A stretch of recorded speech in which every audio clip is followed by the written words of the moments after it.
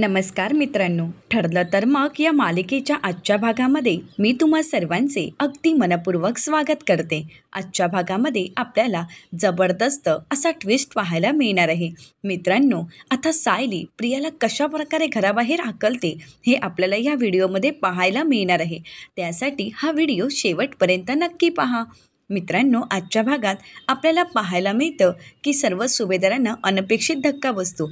कारण आत्तापर्यंत अर्जुनने जे कष्ट केलेले असतात ते मात्र आता वाया गेलेले असतात. कारण कोर्टाच्या चौकटीत पुन्हा एकदा खोटं बोलून प्रियाने स्वतःची सुटका करून घेतलेली असते आणि अश्विनसोबत पुन्हा एकदा ती सुभेदारांच्या घरी आलेली असते. आता ज्यावेळी प्रिया ही सुभेदारांच्या घरी दरवाजासमोर येऊन उभी राहते तेव्हा मात्र तिला पाहून घरातील सर्वांनाच धक्का बसतो. तर अश्विन प्रियाचा हात धरून तिला घरात घेणार आणि म्हणू लागतो, चल तन्वी. परंतु त्याचवेळी सायली प्रियाला आवाज देत म्हणते, खबरदार, तुझं एक पाऊल जरी माझ्या घरात ठेवशील तर. असं म्हणत आता सायली रागानेच प्रियाच्या समोर जाऊन उभी राहते आणि म्हणू लागते, तुला लाज नाही का वाटत पुन्हा या घरात यायला? तर आता अर्जुन पुढे येतो आणि म्हणू लागतो, तन्वी, तू कशी काय सुटू शकतेस? म्हणजे कायद्याने तुझी सुटका केली आहे की? तर अश्विन आता उत्तर देत म्हणतो, हो, कायद्यानेच तिची सुटका केली आहे. म्हणजे तुमच्या प्रोफेशनलमध्ये बातम्या कळतात तर आता नक्की काय घडलं असेल हेही तुला हळूहळू कळेल. काही हरकत नाही, परंतु कसं आहे ना, जे काही घडलं आहे ते मीही तुला सांगेन. परंतु आता तन्वीला आरामाची गरज आहे. तन्वी, आता तू आपल्या रूममध्ये जा, आराम कर आणि आराम करून झाल्यानंतर जे काही घडलं आहे ते सविस्तर आपण अर्जुनला सांगूच. चल. असं म्हणत आता प्रियाचा हात धरून अश्विन प्रियाला घरात घेऊन जाणार. परंतु त्याचवेळी सायली अश्विनवर आवाज चढवत म्हणू लागते, तुम्हाला एकदा सांगितलेलं कळत नाही का अश्विन भाऊजी? या मुलीला या घरात जागा नाही आणि हे सभ्य माणसांचं घर आहे, गुन्हेगारांचं नाही. त्यामुळे काहीही झालं तरी या घरात प्रियाला जागा नाही आणि मी या घरात तिला राहण्याची परवानगी देत नाही. आता हे ऐकल्यानंतर प्रिया सायलीला म्हणू लागते, सायली, तू कोण आहेस ग मला परवानगी देणारी किंवा न देणारी? तर आता हे ऐकल्यानंतर कल्पनाताई म्हणू लागतात, ती या घरची सून आहे आणि मोठी सून आहे आणि ती जे काही बोलत आहे ते अगदी योग्य आहे. आम्हालाही असंच वाटते की तुला या घरात थारा नाही. खरं तर आम्हीही तुला या घरात घेणार नाही. या घराचे दरवाजे तुझ्यासाठी बंद आहेत. आणि हो, कायद्याने जर तुझी सुटका केली तर मग तू इथे का आली आहेस? इथे येण्याचा अधिकार तुला नाही. तर आता प्रिया म्हणू लागते, आई, अगं तू तरी असं बोलू नकोस. कल्पनाताई म्हणतात, खबरदार, तू जर मला आई अशी हाक मारलीस तर अगं तुझ्यासारख्या मुलीची आई होण्यापेक्षा मी मरण पत्कारेन. तर आता प्रिया रडण्याचं नाटक करते आणि म्हणू लागते, आई, अगं प्लीज असं काही बोलू नकोस, असं मी नाही ऐकू शकत. प्रतापराव म्हणतात, तुझ्या या खोटेपणाला आम्ही भुलणार नाही. आत्तापर्यंत तू खोटेपणाचा चेहरा या घरात वावरत राहिलीस, खोटेपणाची सोंग घेतलीस. अगं खोटा मुखवटा घेऊन वावरत असताना तुला लाज नाही का वाटली? आम्हाला तू फसवलंयस. अगं गेली कित्येक वर्ष तू खोटं बोलत होतीस, कोर्टातही खोटी साक्ष दिलीस आणि आम्हाला मात्र या सगळ्यामध्ये गुंडाळत गेलीस. तू फक्त गुन्हा केला नाही आहेस तर आम्हा सगळ्यांना फसवून तू मोठं पाप केलंयस, पाप. त्यामुळे या घरामध्ये राहण्याची तुला परवानगी नाही. आम्ही कोणीही तुला या घरात राहायची परवानगी देत नाही. आता मात्र प्रियाला धक्काच बसतो. तर सायली म्हणू लागते की हो, या घरात राहायची प्रिया तुला परवानगी नाही आणि मी ती परवानगी देणारही नाही. अशा गुन्हेगार प्रवृत्तीच्या लोकांना या घरात थारा नाही. तर आता अश्विन रागानेच म्हणतो, तन्वीला यापुढे गुन्हेगार म्हटलेलं मी ऐकून घेणार नाही. त्यामुळे तन्वीला गुन्हेगार म्हणू नकोस, कायद्याने तिची. आता अश्विन पुढे काही बोलणार तर सायली म्हणू लागते, कायद्याने तिची सुटका केली असेल परंतु मी तिला या घरात येण्याची परवानगी देत नाही. असं म्हणत आता सायलीने चांगलंच सुनावलेलं असतं. आता मात्र अश्विन रागाने सायलीकडे पाहू लागतो. तर दुसरीकडे पाहायला मिळतं आता महिपत शिकरे साक्षीला भेटण्यासाठी जेलमध्ये गेलेले असतात आणि ज्यावेळी महिपत शिकरे साक्षीला सांगतात की प्रियाची सुटका झाली आहे, हे ऐकल्यानंतर साक्षी आता हसतच महिपत शिकरेंना म्हणते, काय, प्रियाची सुटका झाली? म्हणजे ज्या प्रियाला बावळट, मूर्ख, बेअक्कल असं सगळं काही बोलत होता तीच प्रिया आज तुम्हाला चुना लावून तुमच्या डोळ्यात देखत, तुमच्या डोळ्यात धूळ फेकत कोर्टातून तिने सही सलामत आपली सुटका करूनही घेतली आणि निघूनही गेली. म्हणजे हे काय आहे? आता मात्र महिपत शिकरेनंही खूप वाईट वाटू लागतं. तर साक्षी म्हणू लागते, खरंच किती आनंदाची बातमी आहे. ऐकून कान अगदी तृप्त झाले. खरंच खूप आनंदाची बातमी. म्हणजे आता प्रिया आपलं हवं तसं सुंदर आयुष्य जगणार आणि मी साक्षी शिकरे या 4 भिंतींच्या आत सडणार. हो ना अण्णा, तुम्हाला हेच करायचं होतं ना? मला माहीत आहे तुम्ही हेच सांगायला आलात ना की तुझी आता सुटका होणार नाही, तू आयुष्यभर इथेच सडणार आहेस. प्रिया मात्र इथून निघून गेली. आता मात्र महिपत शिकरे साक्षीला म्हणू लागतात, मला माहीत आहे हे ऐकल्यानंतर तुला. तर आता साक्षी म्हणू लागते, नाही, कोणाला काहीच कळणार नाही, कारण माझं दुःख फक्त मीच जाणू शकते. कारण इथे जेलमध्ये मी आहे, तुम्ही कोणीच नाही. तुम्ही सर्वजण बाहेर आहात, मज्जा करताय, तुम्हाला हवं तसं आयुष्य जगताय, हवा तसा मोकळा श्वास घेताय आणि मी मात्र कोलमडून गेली आहे. असं म्हणत आता साक्षी तिचा राग व्यक्त करत असते आणि महिपत शिकरेंना म्हणू लागते, आज प्रिया तिला हवं तसं आयुष्य जगणार, तुम्हाला हवं तसं आयुष्य जगणार आणि मी मात्र इथेच मरणार. असं म्हणत साक्षी स्वतःला त्रास करून घेऊ लागते आणि शेवटी महिपत शिकरेंना ती म्हणू लागते, मला माहीत आहे माझी सुटका होणार नाही. खरं तर माझं काहीच होणार नाही. माझं आयुष्य इथेच संपलं. आता यापुढे तुम्ही मला भेटायला येऊ नका. मी इथेच मरणार. असं म्हणत साक्षी बडबडू लागते. परंतु साक्षीची ही बडबड ऐकल्यानंतर एक बाप म्हणून महिपत शिकरेंना मात्र खूप वाईट वाटत असतं. साक्षी रडत असते. तिला अश्रू अनावर होतात. कारण आज तिची जी परिस्थिती झालेली असते ती तिलाही सहन होत नसते. परंतु महिपत शिकरेसुद्धा तिची सुटका करण्यामध्ये असमर्थ ठरतात. तर दुसरीकडे पाहायला मिळतं, अश्विन रागाने सर्वांना विचारतो, म्हणजे आता तुम्ही सर्वजण आमच्याच घरात येण्यापासून आम्हाला रोखणार आहात? तर आता अस्मिता म्हणते, आपलं घर? हिने कधी आपलं घर मानलंय का रे? खरं तर हिला कधी कोणाचं सुख बघवतंय का रे? अरे हिने कधीच कोणाच्या सुखाचा विचार केला नाही, प्रत्येकाला फक्त त्रास देण्याचा विचार केला आहे. आणि ही मुलगी कधी कोणाच्या सुखाचा विचारही करू शकत नाही आणि कोणाचं सुख पाहूही शकत नाही. आता हे ऐकल्यानंतर प्रियाला धक्काच बसतो. प्रिया म्हणते, अस्मिता तू असं कसं बोलू शकतेस? तर अस्मिता म्हणते की हो, मी जे काही बोलते आहे ना ते खरंच बोलते आणि मी ते अनुभवलं आहे. त्यामुळे तू आता मला शिकवू नकोस की काय खरं आणि काय खोटं. तर प्रिया नाटक करत म्हणू लागते, अस्मिता अगं तुम्ही सर्वच जर माझ्या खूप जवळचे होता आणि आहातही. माझं वैर फक्त सायलीशी होतं, परंतु ज्या दिवशी मी या घरात लग्न करून आले आणि सायलीची जाऊ म्हणून आले त्यानंतर मी सगळं विसरायला तयारही होते. सायली म्हणते, हो का? मग तू अश्विन भाऊजींसोबत लग्न करून या घरात आलीसच का? कारण तुला सूड उगवायचा होता माझ्यावरचा आणि यांच्यावरचा आणि त्यासाठी तू लग्न करून या घरात पाऊल टाकलेस, हो ना? तर आता प्रिया शांतच होते. तर अश्विन प्रियाची बाजू घेत सायलीला उत्तर देत म्हणतो की असं काहीही नाही. त्यामुळे तुम्ही कोणीही तन्वीला असं नको ते बोललेलं मी ऐकून घेणार नाही. तर अस्मिता म्हणू लागते, तू तन्वीची बाजू घेत आहेस याचं आम्हाला आश्चर्य वाटतच नाही आहे. कारण ही मुलगीच तशी आहे की कोणाला काही मंत्र फुंकून आपलंसं करू शकते आणि आपल्या बाजूने वळवू शकते. माझ्या बाबतीतही तिने तेच केलं होतं आणि मी सुद्धा हिच्या गोडव्यामध्ये फसले होते, परंतु आता फसणार नाही. हिने माझाही विश्वासघात केला आणि सगळ्यांचाही विश्वासघात केला.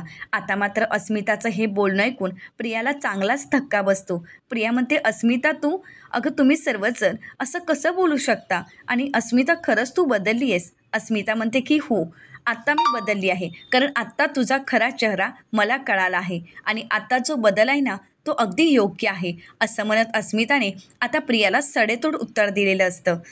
आता सर्वच जण प्रियाला चांगलंच धारेवर धरतात. हे पाहून अश्विन म्हणू लागतो, खरंच माझा विश्वास बसत नाही आहे की आमच्याच घरात माझ्यावर आणि माझ्या बायकोवर असे गंभीर आरोप केले जात आहेत, आम्हाला अशी वागणूक दिली जाते. तर आता अश्विनच्या या प्रश्नाचं उत्तर देत अर्जुन म्हणू लागतो, अश्विन आम्ही हे सगळं काही चांगल्यासाठीच करत आहोत.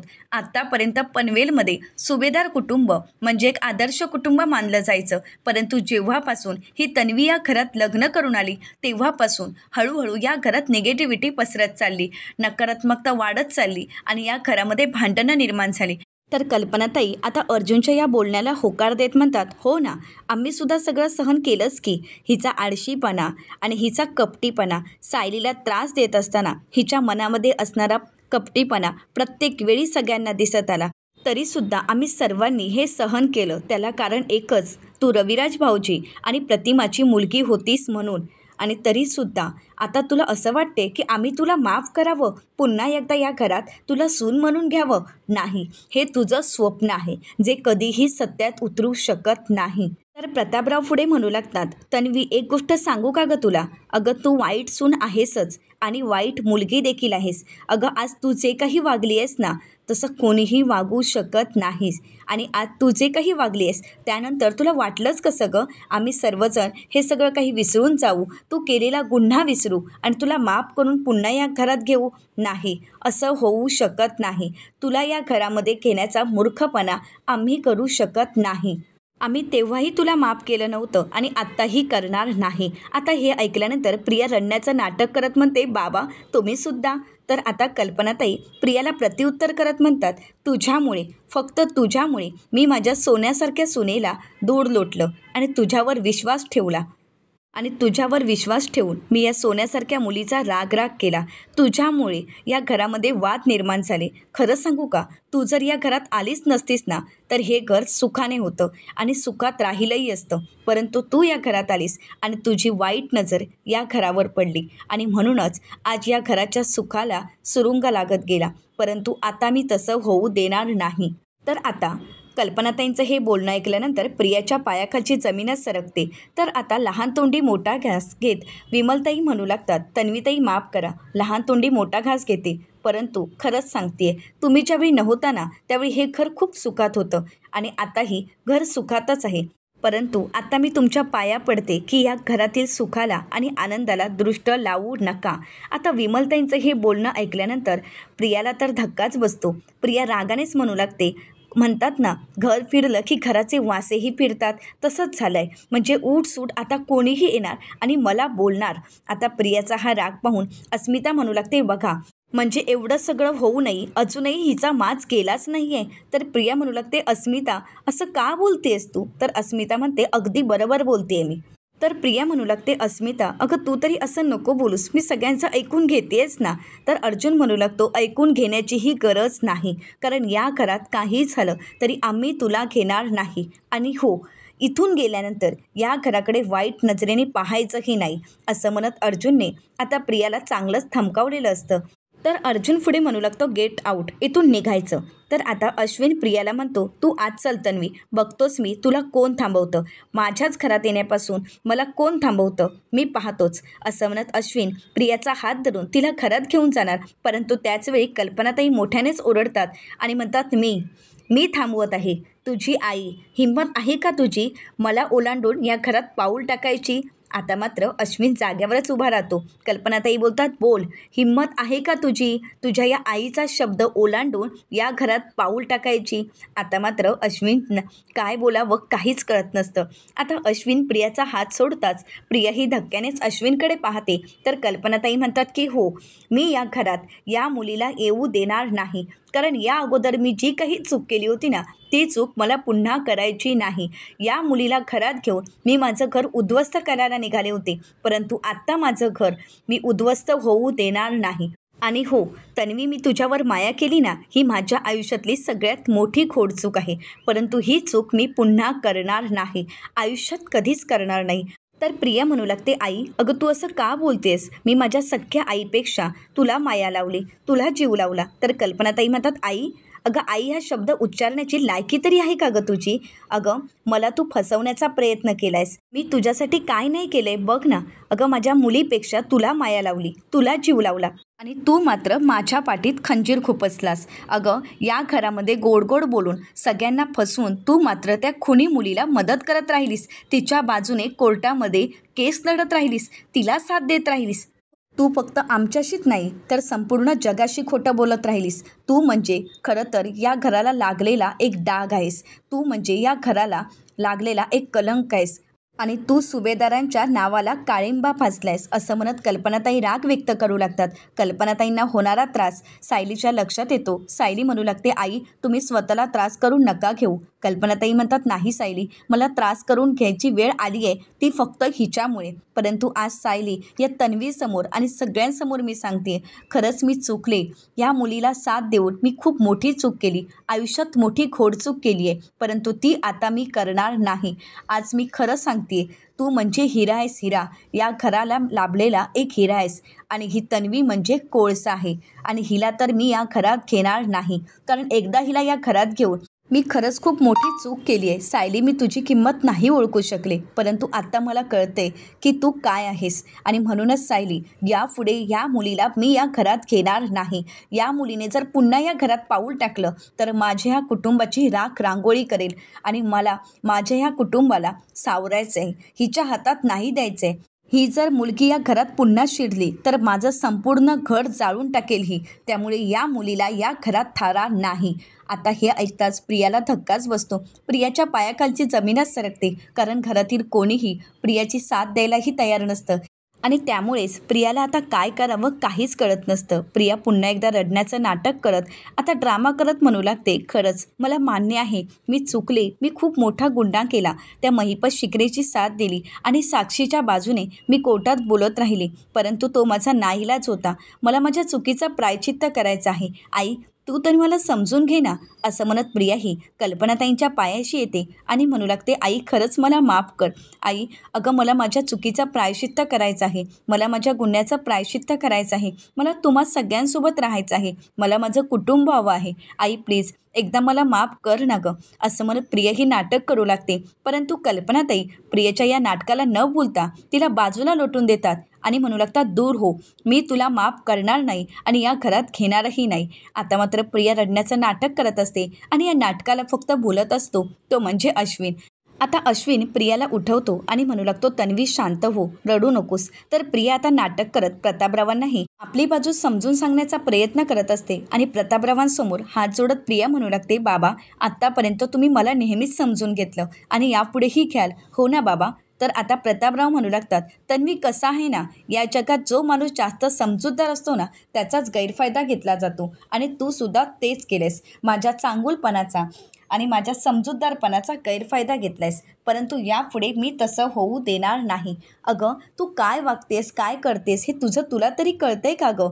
अगं तू अशी वागू शकशील यावर आम्ही कधी विश्वासच ठेवला नाही. कारण तू प्रतिमा आणि रविराजची मुलगी होतीस म्हणून. परंतु तुझ्यात रविराजचा किंवा प्रतिमाचा एक तरी गुण आहे का गं? आता मात्र प्रिया शांतच होते. तर प्रिया अस्मिताला म्हणू लागते, अस्मिता तू तरी. अस्मिता म्हणते, बस, तुझ्या या खोटेपणाला मी भुलणार नाही. खरं तर तू आता माझ्या डोळ्यासमोरही नकोस. तुझी सावली माझ्या बाळावरही पडायला नको. अगं तुझ्यासारखी माणसं या जगात आहेत. तुझ्यासारखी आतल्या गाठीची माणसं या जगात सगळ्यांना फसवू शकतात. हे माझ्या बाळाला कळायलाही नको. आणि त्यामुळे इथून निघून जा. आणि निघून जायचं काय घेशील का? असं म्हणत अस्मिताने सुद्धा प्रियाकडे पाठ फिरवलेली असते. आता प्रिया मोठमोठ्याने रडण्याचं नाटक करते. तर अश्विन म्हणू लागतो, तन्वी रडू नकोस. या माणसांना तुझी किंमत नाही आहे.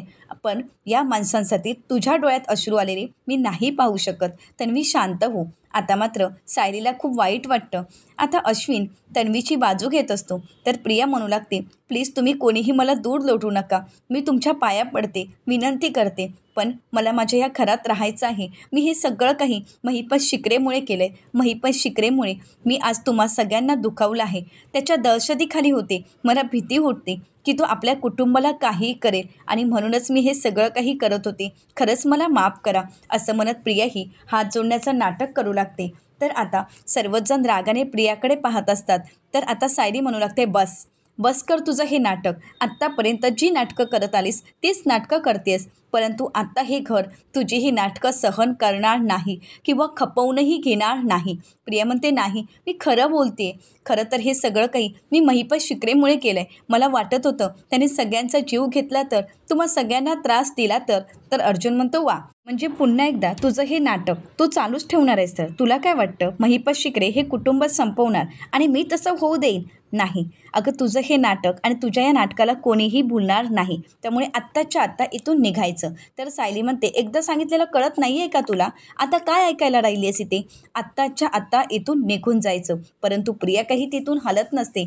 तर येणाऱ्या पुढील भागामध्ये आपल्याला असं पाहायला मिळतं की सायली प्रियाला घराबाहेर काढते आणि म्हणू लागते, इथून निघायचं आणि यापुढे तुझं हे थोबाड इथे दाखवायचंही नाही. तर अश्विन म्हणू लागतो, या घरात येण्यापासून माझ्या बायकोला कोण थांबवतं? मी पाहतोच. तर त्याचवेळी अर्जुन पुढे येतो आणि म्हणू लागतो, तुझ्या या बायकोला या घरात थारा नाही. तर आता अश्विन म्हणू लागतो, ही सायली सगळ्यांना भुलवण्याचा प्रयत्न करते आणि सर्वजण सायलीच्या तालावर नाचतायत. परंतु आता मी तसं होऊ देणार नाही. माझ्या बायकोला तिच्या हक्काच्या घरात मी घेऊन येणार. आता मी बघतो तिला कोण या घरात घेत नाही. तर सायली म्हणते की या घरात मी तिला येऊ देणार नाही.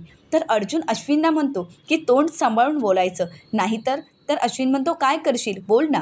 तर आता दोघेही भाऊ एकमेकांच्या विरुद्ध उभे असतात. परंतु हे सगळं काही प्रियामुळे घडत आहे हे सायलीच्या चांगलंच लक्षात येते. सायली आता प्रियाचा हात पकडते आणि तिला घराबाहेर घेऊन येत गेटच्या बाहेर फेकून देते आणि खऱ्या अर्थाने प्रियाला तिची जागा दाखवून देत म्हणू लागते, कायद्याने तुझी सुटका केली असेल, परंतु या घरात येण्याची परवानगी मी तुला देत नाही. तर आता कल्पनाताई आणि अस्मिता तिच्या बॅगाही फेकून देतात आणि आता प्रियासहित अश्विनही घराबाहेर असतो. आता अश्विनच्या समोर प्रियाचा खरा चेहरा कधी येईल हे पाहणं अतिशय मनोरंजक ठरणार आहे. मित्रांनो, आता सायलीने तर प्रियाला घराबाहेर काढलेलं असतं, परंतु आता रविराज सर आणि प्रतिमा आत्या प्रियाला घरात घेतील का हे पाहणं तितकंच मनोरंजक ठरणार आहे. मित्रांनो, अशाच मालिकांचे नवनवीन अपडेट पाहण्यासाठी चॅनलला नक्कीच सबस्क्राईब करा. आजचा व्हिडिओ तुम्हाला कसा वाटला हे कमेंट करून नक्कीच कळवा. आणि हो, आजचा हा व्हिडिओ जर आवडला असेल तर व्हिडिओला लाईक करायलाही विसरू नका. व्हिडिओ पाहिल्याबद्दल तुम्हा सर्वांचेच अगदी मनपूर्वक धन्यवाद.